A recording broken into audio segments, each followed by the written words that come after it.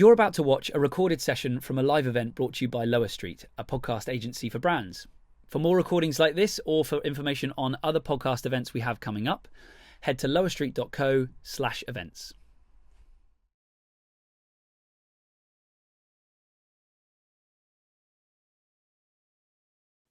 Hello.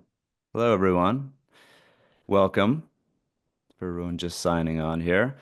I'm Nathan Tower. I'm a writer producer here at Lower Street, and thank you for joining us for office hours. If you're unfamiliar with us, we are Lower Street, or a podcast agency for brands, and we're here to create and grow a podcast that truly connects with your audience. So, a couple quick notes for office hours.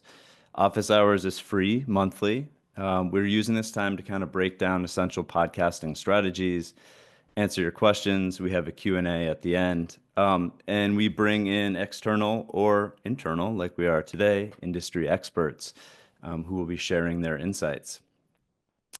Quick update before we dive in. I hope you were there, but if you were not, we just wrapped up our second annual Brand Podcast Summit.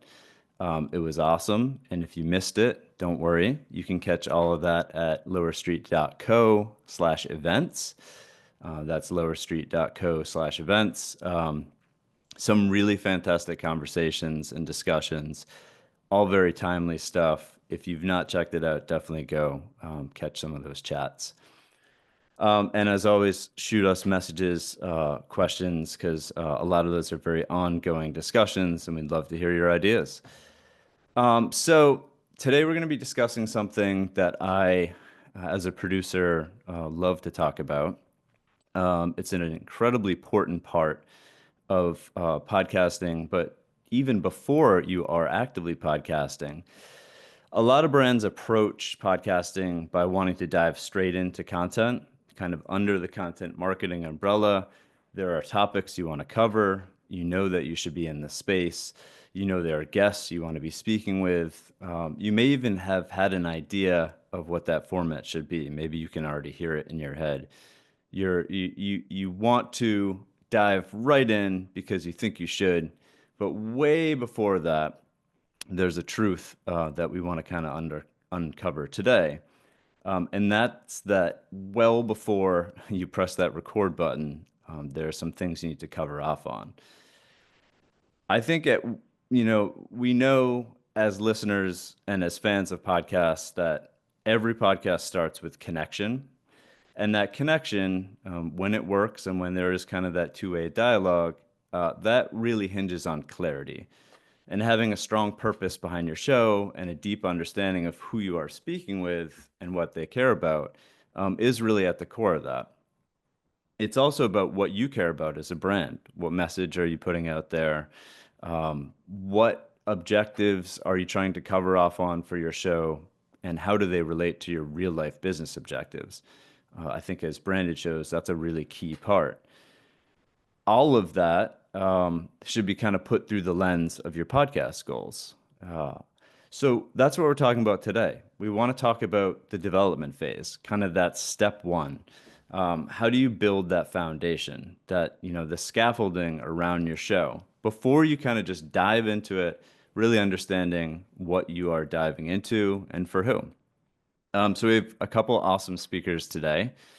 First up, we have Lower Street's own executive producer, Marion Gruner.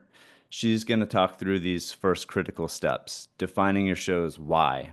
And I love this part because it's such a simple question, but it is the most important question you need to be asking yourself before you jump in. Why?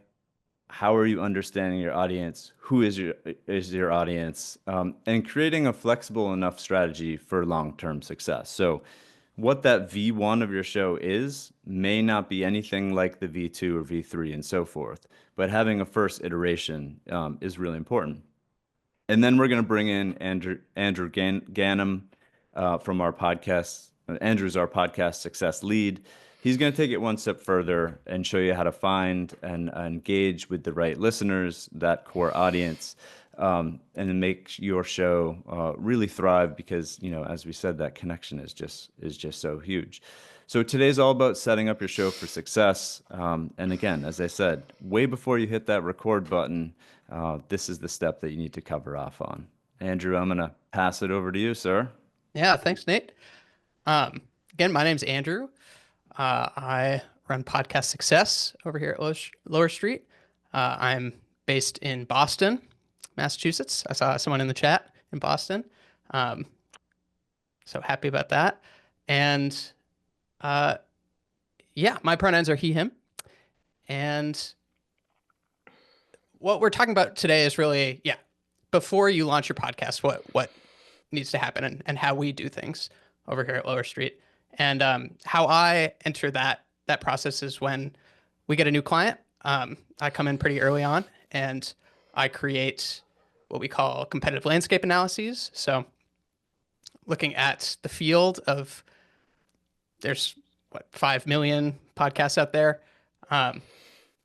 Who are listeners listening to, who your target audience likes, what they like about those shows, who you're competing with for attention, and how to capture that attention. So that's where I enter into the fray, and then we come up with a lot of things. And then generally, I pass things off to Marion, as I will right now.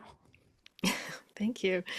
Yeah, so I'm an executive producer at Lower Street, and what that means when it comes to the development of a show is that I work closely with Andrew and other Lower Street team members, so the lead producer, sound designers, and audience development people, and also with the clients. And so what we're trying to do in that process is to get to the heart of what the client's story is and what they're trying to achieve with their show.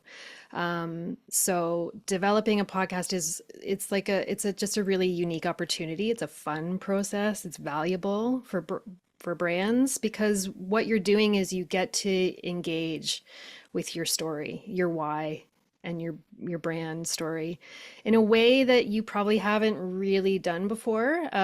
It's a chance to ask yourself important questions about who you're speaking to, who your customers really are, what your story really is, what your values are.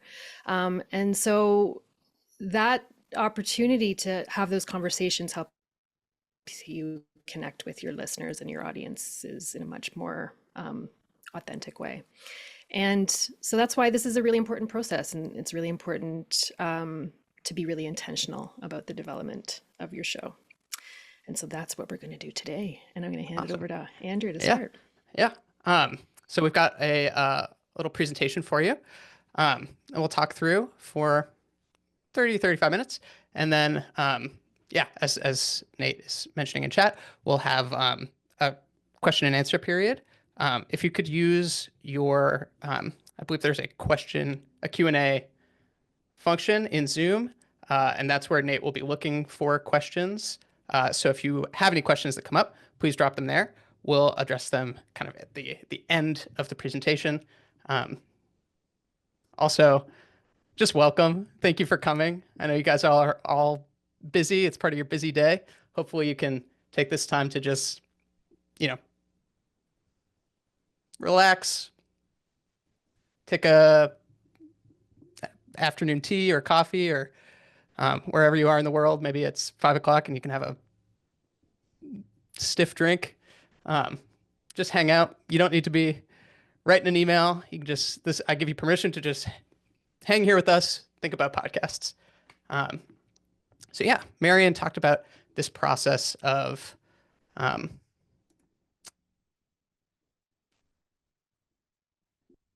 what we call pre-launch, but essentially laying the groundwork for your podcast. And one of the reasons that this factors so heavily into our thinking is that we often get clients who come to us with an idea kind of already formed.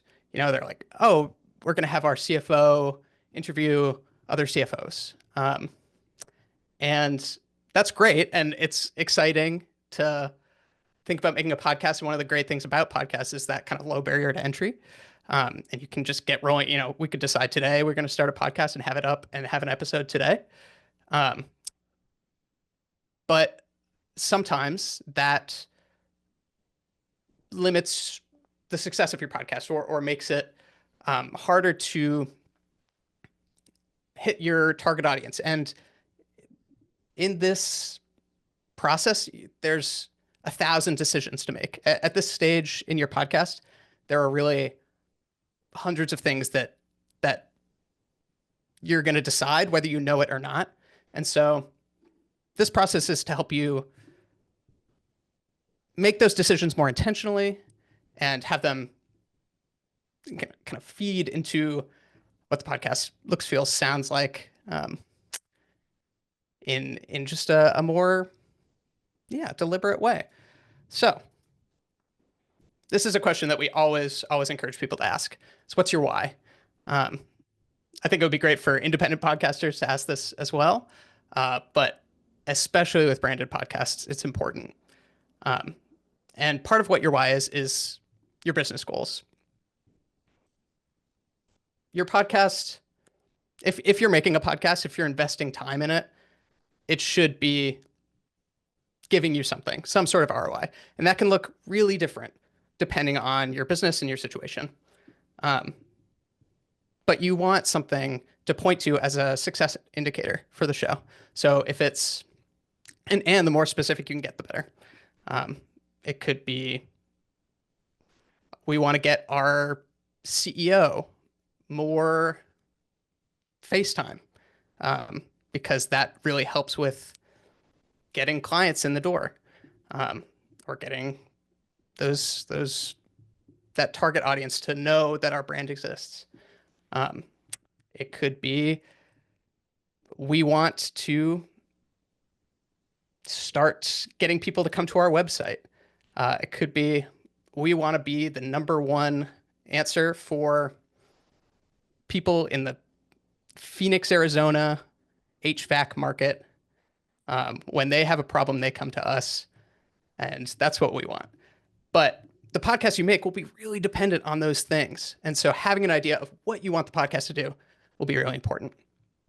And I will say, podcasts generally sit at the kind of the top of the marketing funnel. And so we see some people come in and say, we want this to lead directly to sales. And sometimes podcasts can be great at that, but I think podcasts are best utilized at that kind of awareness stage, setting your brand identity, getting trust in your listeners. That is where podcasts can shine the most, but it all depends. So yeah, these are some things that could prompt you to be looking to start a podcast. You could be putting together all these blog posts or newsletters and people aren't reading them. There's a ton of information that you have that you want to share. You've got a lot of thought leadership. You're really well positioned to help people, but you need it in a different format so they'll listen. Could be, CEO visibility or someone high up visibility at your company. Those are great reasons to have a podcast. Awareness is a great kind of metric, but it's not that specific sometimes. So, and we've got ways of measuring it, but like I said, the more specific you can get, the better. And the more we can discuss, whether those are achievable goals. But having goals, I think, is the important first step. And then, you can tie KPIs to it.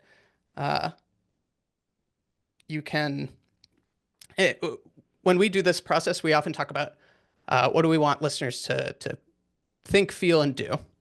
And I think that's a great framework that covers a lot of, actions that can happen. We want our listeners to feel encouraged, to inspired. We want them to think that we are super smart or that we are really approachable. Those are all really important bits of information that can help us determine tone or format or all sorts of things. So that's the first step that we kind of start with is why do you want to make a podcast and how is it going to serve your business? So this is an example of what that might look like. So say our business it's a startup where we make an AI-powered baby monitor. In one scenario, brand new, we just launched, we need to increase our brand awareness and sales. That's one possible route. In another world, we're at kind of an investment stage, a seed funding stage. We need to raise funding. We want our CEO to be kind of the face of this exciting new world. Now, in those instances, we would make two very different podcasts because those are meant to achieve different things. They're for different audiences. And so in scenario one, we might go with a storytelling podcast that's about early parenthood and really geared more towards parents and consumers themselves who are looking for information. You know, they're new parents. They're like, what happens when my baby doesn't burp?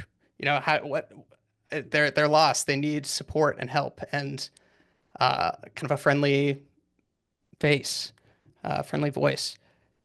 In scenario two, it could be an advice show where, you know, the CEO is offering ideas to tech startups and showing potential investors that, wow, this is really a gal who could, you know, we should give our money to. She seems like she's a rising star, and it would be smart for me to give that company my money.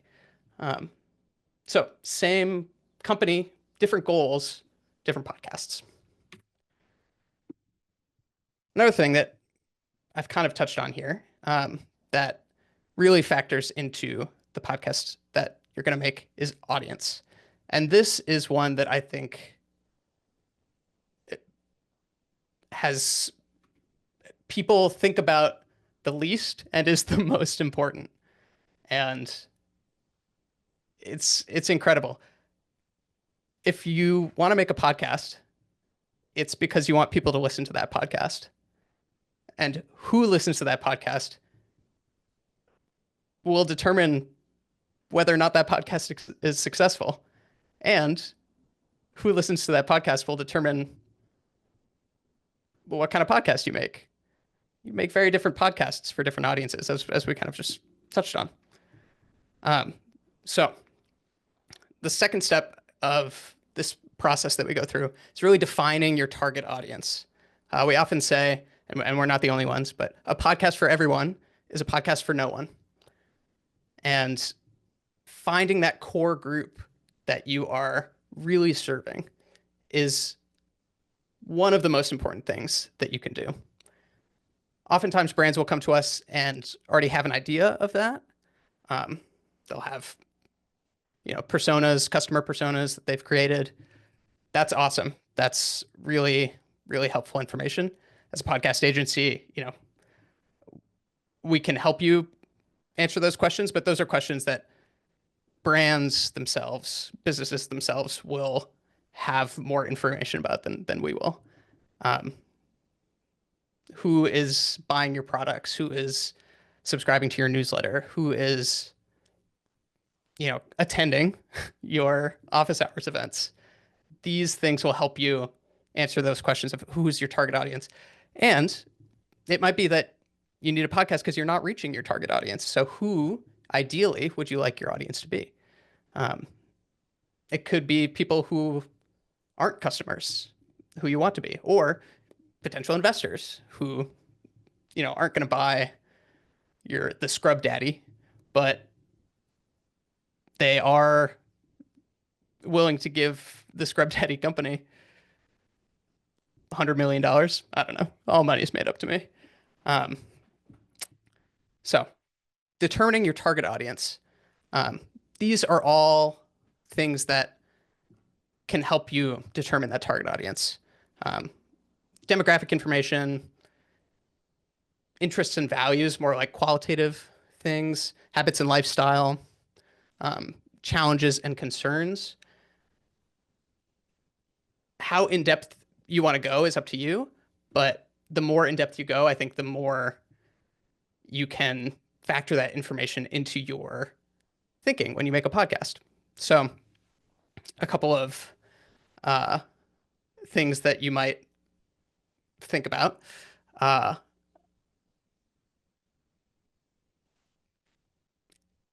Age. Who consumes podcasts? It's rising among 18 to 35-year-olds. If you're aiming for an audience that is 65 plus, I think that might be a different sell. They might not have the kind of tech native understanding of how to get at your podcast, and it might not be the right format. A lot of younger people listen to podcasts on YouTube or Spotify. Where you distribute your podcast might, and where you put your efforts. Do you need video? Though that might help you answer some of those questions. Are you looking for a podcast for long haul truckers who are on the road, who just need something to listen to for hours at a time? That could affect how long you make your podcast, what style. Are you going for really busy CEOs who have, 5 minutes between meetings or 15 minutes on the treadmill every day? That sort of thing can really help shape what you make. And challenges and concerns, I think, is especially important and hard to figure out. So you really have to, and it's something I think about a lot because it's kind of my job at Lower Street is in success, is getting into your clients' heads, customers' heads, and trying to figure out what do they need, what do they want, what problems can I solve for them. We'll talk about that in a little bit. But what do they look for when they are looking for a podcast to listen to or media to consume? How do they find out about podcasts? All these things will factor heavily into your strategy. And it's not just podcasts that you have to think about too, because people don't just listen to podcasts. Well, I do, but most people do other things too. And so you're going to have to fit somewhere in their lives. And thinking about that whole, we call it the attention diet. And I'll credit this to Steve Pratt, who invented it. But yeah, where are you fitting in? Your listeners, your target audience could spend, half their media consumption time watching YouTube videos. They could spend 50% of their time watching TikTok. How you slot in there is going to determine some of your promotional strategy, but also, like what part of their balanced, I think the metaphor of a diet is really interesting because you're going to serve a different purpose than those things.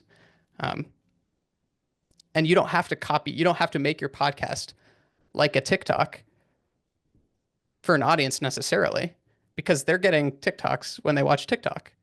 So thinking about it, listeners, holistically, what they want and what niche you fill in there, not just content wise, but just like in their whole lives, is, I think, really beneficial. And it's something that we try to do a lot with all our ideation processes. Another thing is you also have to think about that for just the podcast that they listen to too, because Marion, correct me if I'm wrong, but I believe studies show and research shows that most people have a rotation of about 4 podcasts that they listen to. And if that number does not change that much, so if you are hoping to become one of those 4 podcasts, then there's a good chance you are replacing one of those other podcasts. People don't magically have more time in the day to listen to podcasts. I wish they did. That'd be cool. I would definitely take advantage of that. But if they've got 100 minutes a week to listen to podcasts, it's not a great idea to make a 3-hour podcast. Totally. Yeah. Yeah, and just to add to that, like, just if you're thinking about the attention diet, you're not going to add, no one ever adds another plate of dinner usually. So it's limited to one plate. And I just noticed, I know that there's a question in there from Mike Collins. Yes, I think all of this relates, like, we're talking about brands, but certainly all of this relates to fictional and recurring fictional podcasts, and like sort of any kind of podcast that you're developing. I think you can apply these ideas and thoughts and about developing and laying the groundwork. Excuse me. Go ahead, Andrew. Yeah. No, I think it's generally, we're thinking about branded podcasts a lot because that's kind of our bread and butter. And I think with branded podcasts, there's a very prominent like financial point. Like, you don't want to have to do it 2 or 3 times to get it right. But if you go back and listen to a lot of even really big podcasts from the beginning, sometimes you'll hear podcasters say like, "Oh my God, don't listen to our episode 1," or they'll take them off because it's so different and they're not proud of it. And I think independent podcasters can not skip that process because it's always going to be an iterative process, but by thinking about these things can start out, you get a bit of a head start. You're closer to the thing that you want to build, and you know more about what you're building, and so you know how to tweak it and get to where you want to go more easily. Great. So this is kind of my domain, and I'm sorry I'm talking a lot, but it's something I'm very passionate about. So we do I'll call it the CLA, but it's the competitive landscape analysis. And I will go and listen to 20, 30, sometimes 50 podcasts that are in the same genre that we think are listened to by the target audience, that are relevant. Maybe they're by competitor companies. Just what is out there already and what can we learn from it? And this is from something we made for a client who wanted to make a podcast about immigrants, spotlighting immigrants, celebrating immigrants, and immigrant stories, but they were very flexible on what that would look like and what that would sound like. And so we went and found a ton of interesting stuff. And there are a bunch of different kind of micro genres that aren't going to show up on the category list. Things like Flightless Bird, for example, is not necessarily a podcast about immigration, and it's not going to be categorized as such. But the host, David Farrier, is from New Zealand. He was in the US when COVID hit, and he couldn't go back to New Zealand because they had, very strict, I forget what those lockdown rules. He's a documentary filmmaker, and so he started doing kind of a documentary podcast about the US and the things that he didn't understand about the US. And so that was really inspirational for that client. They really found that path to be a really fruitful one and shaped some of the questions and the writing and the concept of their show. There are a lot of immigrant narrative podcasts, especially from, it's a popular subject amongst, public radio and big, prestige brands. And this show Inheriting had just come out, that was made by NPR, and they were pushing it quite heavily when we made this. And through our discussions, we decided that this is a space that's pretty crowded, and it's, people are in there that have more resources than we do. And, they're going to be dominant in this space. I'm not sure that we want to try to compete with them by making a really rich narrative, in-depth show about people who are, have immigrated to America. There are shows that are just straight up interviews of immigrants that cover kind of this different spectrum. So you can kind of categorize by format. There are news roundups, and the client, those tend to be very popular. And so if we were just saying, what's popular out there, well, people want to know, what's changing in immigration, because it's a very important topic for them. But the tone of those shows isn't always the most interesting or fun. And so one of the questions that we were thinking about with this client was, do you want to make a news roundup? You'll probably get a lot of listens.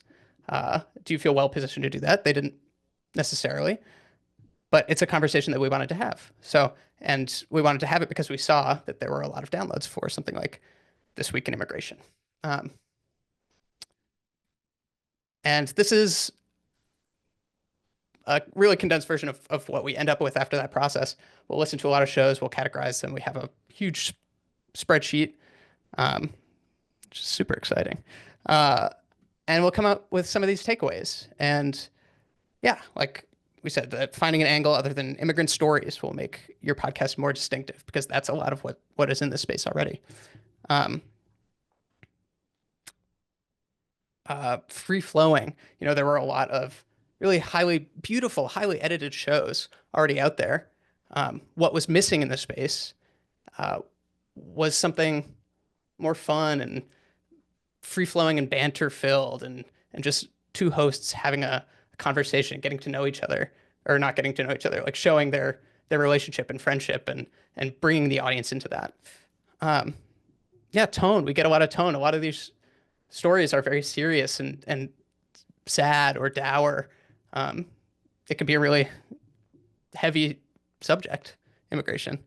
And so we wanted to celebrate it, tell stories of really cool people succeeding, telling interesting things. So that affects which guests we book and how episodes are structured and how we write things.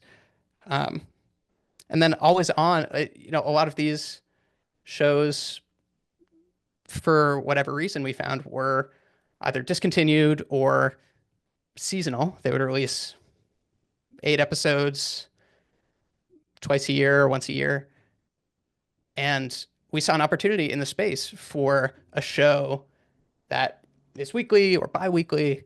If that can be sustainable for you, you can capture a lot of these listeners who have listened to these shows that aren't releasing new episodes. And so if you can see that, then affecting something as kind of far off as how often you release or when you release, or how you do seasons versus not seasons. These are all things that we can get from thinking about the audience and what's out there already. And so, and all this happens before we even have a concept, before we know what the podcast will be. And I think that's one of the main takeaways of this is not to slow you down and get you kind of an analysis paralysis, but if you were going to open up a brick and mortar store, you would do a bunch of research on foot traffic. Like, where are you going to put your store? What are you going to put in the front windows?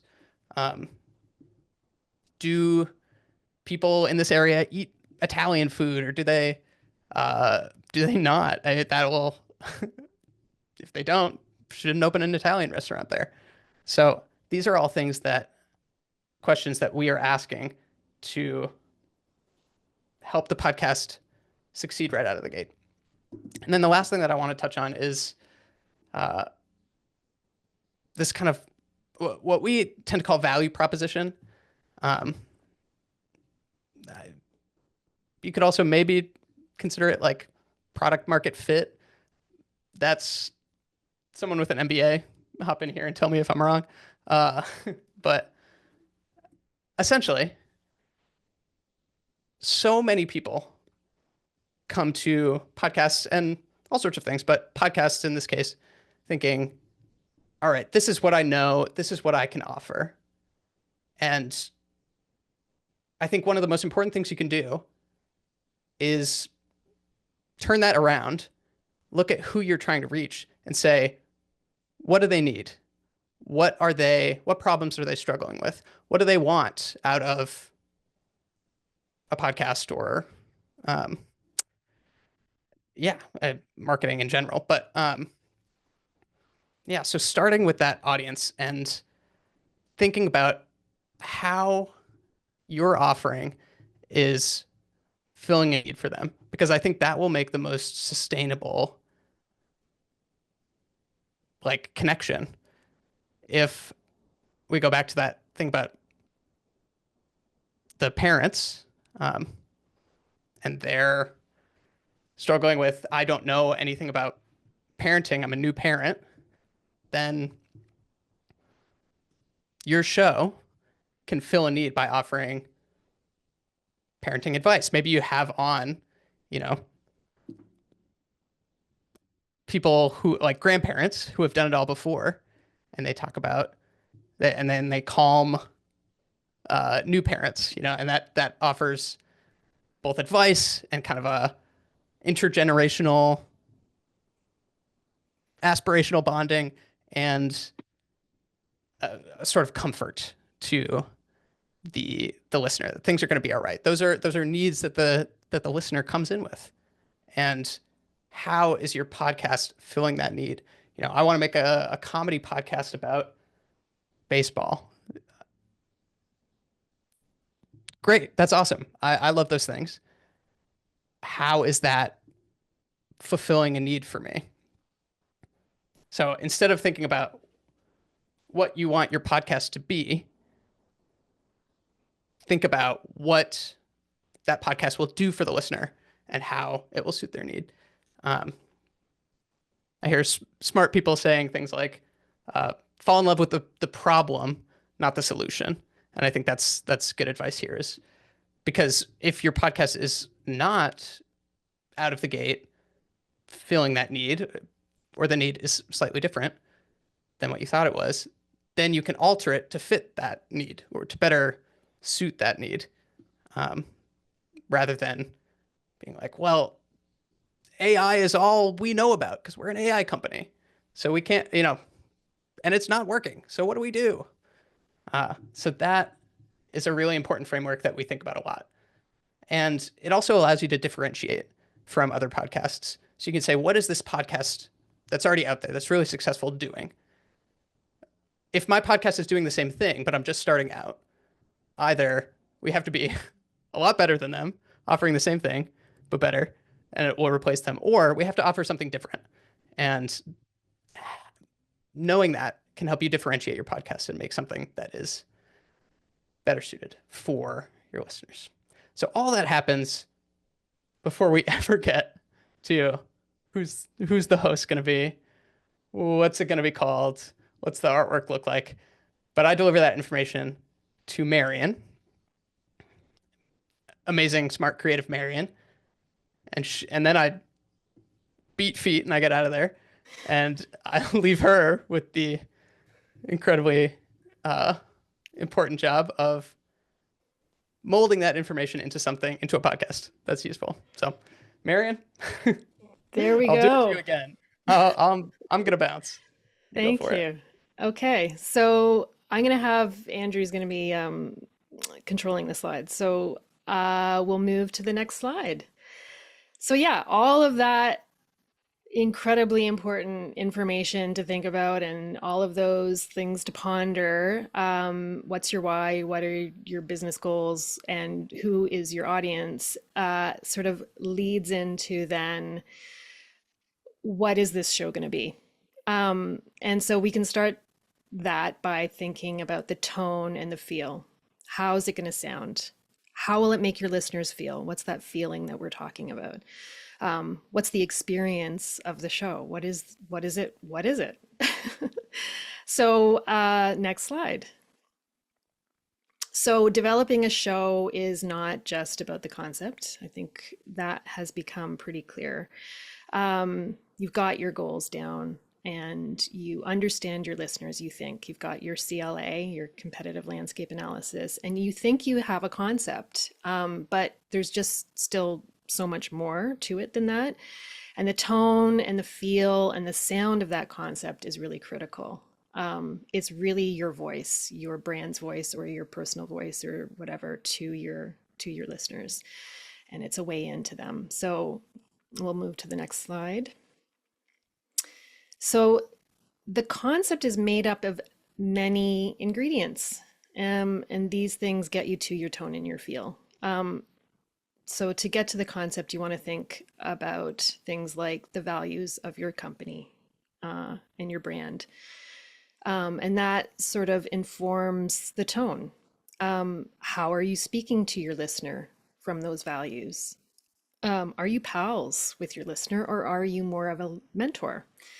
How can the music that you choose support the tone?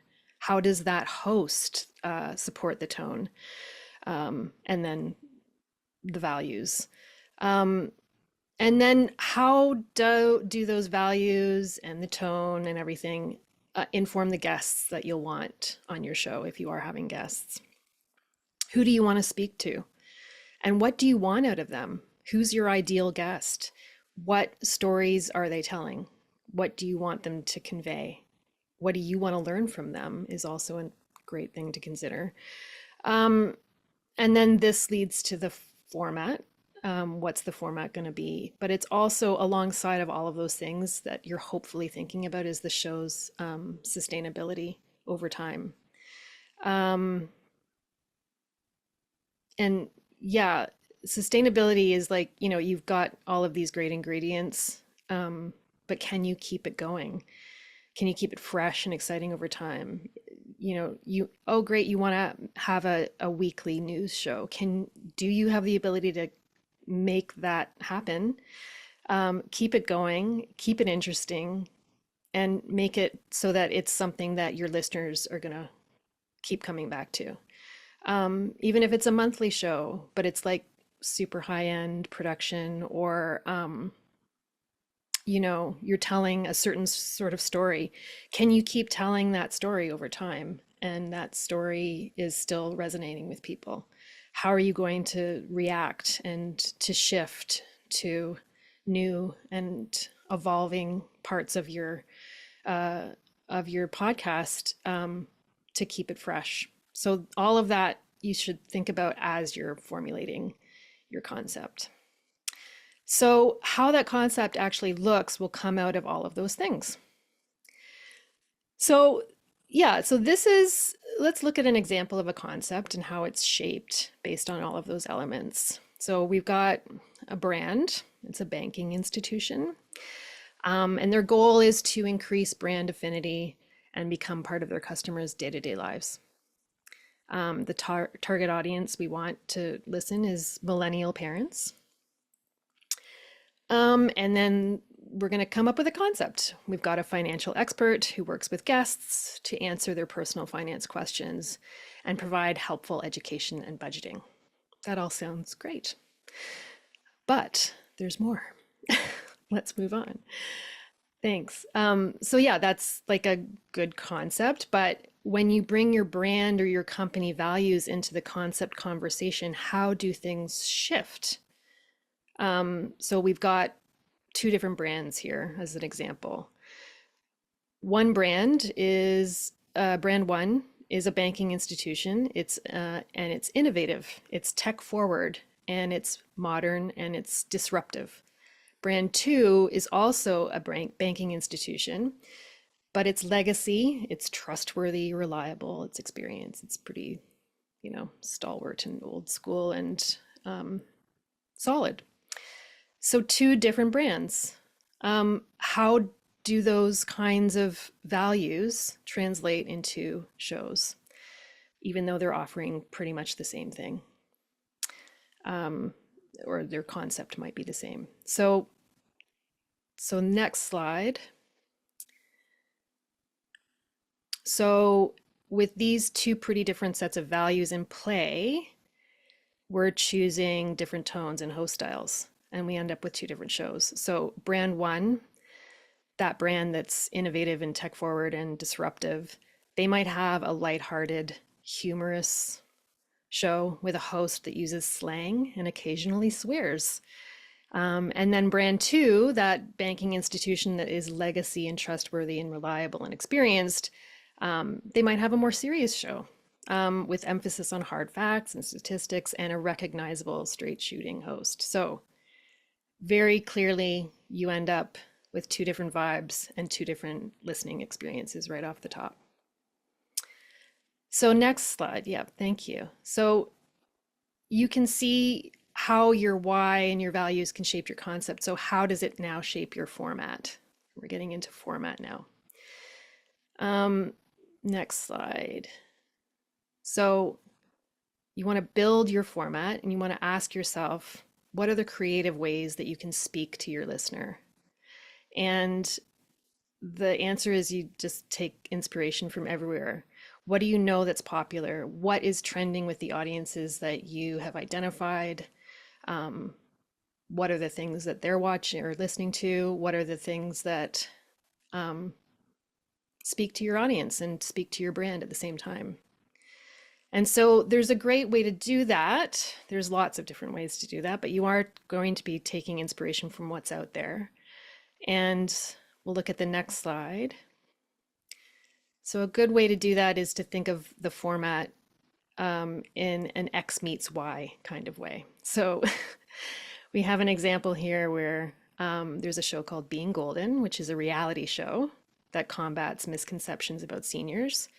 And so we can say maybe that it's the Golden Girls mixed with a reality show like the Kardashians to come up with something that's like modern and like, senior citizens who are dating and having great time and living a little more glamorous lives than we traditionally might think of them as. So that's one way to think of a concept or a format. Next slide is another example of X meets Y is I Kissed a Girl, which is a modern reality dating show, television show, it's like mainly LGBTQ contestants. And then that meets the old dating game show and you mix them together for a new kind of dating game show called Hang Up, which is very fun and different and unusual and sort of shakes up that genre. So those are ways to sort of think about your format. Just take inspiration from all around you and make sure that you're speaking to those audiences that find those things interesting or engaging. And yeah, so then you combine all of your elements. You've got everything you need. You know your why, you know your goals, got your concept and your format, your competitive landscape analysis, you know exactly what's all around you in terms of the landscape of these shows. You've decided your sound, you've got your tone, you've got your guests. Now you're just going to make your amazing podcast. But there's more to it than that. You're not done. You've launched, but you're not done. You never really are done. The beauty of podcasts is that They enable you to respond to your audience's interests, and they can evolve with your brand as well. So you should pay attention to your listeners and the data that you're getting from them. It tells you a lot about what's resonating. And your brand will also have shifting goals. And so that will translate into your show shifting a little bit. All of those elements that informed the show originally might shift. And so you should be able to sort of adjust as you go, and you should use that, your original goals, as the touchstone. Just return to them. Like, do they still make sense to you, those goals? Is that still what you want from your show? And if it's not, then you can adjust. And you don't need to make monumental changes. In fact, like, if you've got a good audience, you want to sort of, you know, you don't want to change it all up on them, but you also want to adjust and like follow them a little bit and provide them with new things, and so that you keep connecting. And so that is where we land. Thank you all for joining us, and we love questions. I love that. Thank you guys. Andrew, Marion, very awesome. Really great stuff in there. Tons of takeaways. I think this is like, it's a very complicated part of the process as well, right? There's just a lot to consider, and you guys have done well to highlight a lot of that. Thank you everyone who's joined, who's dropped some questions in the Q&A. Some really great stuff in there. I want to start with one because we've kind of like danced around the big and the small. And I like to come back to niche. Someone dropped a question: how niche is too niche when defining a target audience? I think that's a really interesting question. So I'd like to throw that to you both. I think, well, Marion, you go for it. No, you go. It really depends. I'd say go as, I never know if I'm saying this word right. I say niche. I don't know. But I say go as niche as you can comfortably do, which is like a great non-answer, and I'm sure super helpful. But the more you drill down into, I'm not just going to make a podcast about computer programming. I'm going to make a podcast about Python. I'm not just going to make a podcast about Python. I'm going to make a podcast that's about using Python to make tiny robots. I'm not just going to do that. I'm going to, like, you see, the further down you go, the fewer people you're going to reach. And so just thinking about that segment, if your goals are to get just the people who are going to use the tiny robots, the Python to do tiny robots, that's great, and your offering will be unique, because how many podcasts are out there that are about computer programming? A billion. How many about Python? A million. How many about Python for tiny robots? 1 or 5. And then, you're competing in that milieu. The trade-off is if I'm not making tiny robots, I'm not going to listen to your podcast. So unless there's another reason. And so, I would say if you are, it comes back to your goals. If your goals are just to capture that audience, and you can offer something that is like so specific for that audience, I say go for it. If your goals are brand awareness, a little bit wider, then maybe you go a step up from that niche and you do something that is has a little broader appeal. Yeah, goals. All about the goals. We also think about primary audience, and then secondary audience and tertiary audience sometimes when we do these. And so your primary audience, it should be like answering the problem for them. It should be like directly working for them. Your secondary audience, they might just be interested in the topic, or maybe your hosts are really engaging. They don't know anything about Python, but they just like listening to these two buddies. And so it serves a need there. But just know that those might not become customers necessarily, and that's maybe a distinction between branded and non-branded podcasts. But yeah, thinking about multiple layers of your audience, I think, can also be helpful there. Cool. I love that. And a bit of a follow-up there.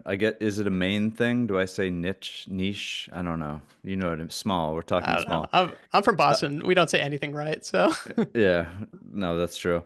From Layla Palmer, a bit of a follow-up. So, for these niche audiences, what's the best way, and we're talking about audience development here, for listeners, to reach listeners who don't know that they need your podcast yet? Mm.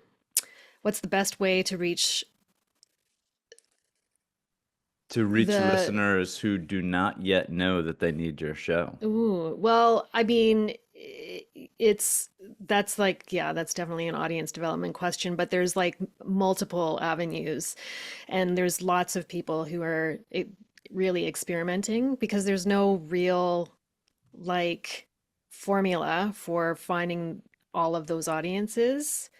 There's certainly there's promotional paid promotions and all of those kinds of things, but there's loads of organic growth strategies, and a lot of people are sort of just experimenting with putting clips up on TikTok and like just whatever social media platform you think that your listeners or any listeners like that might want, like might find your show cool.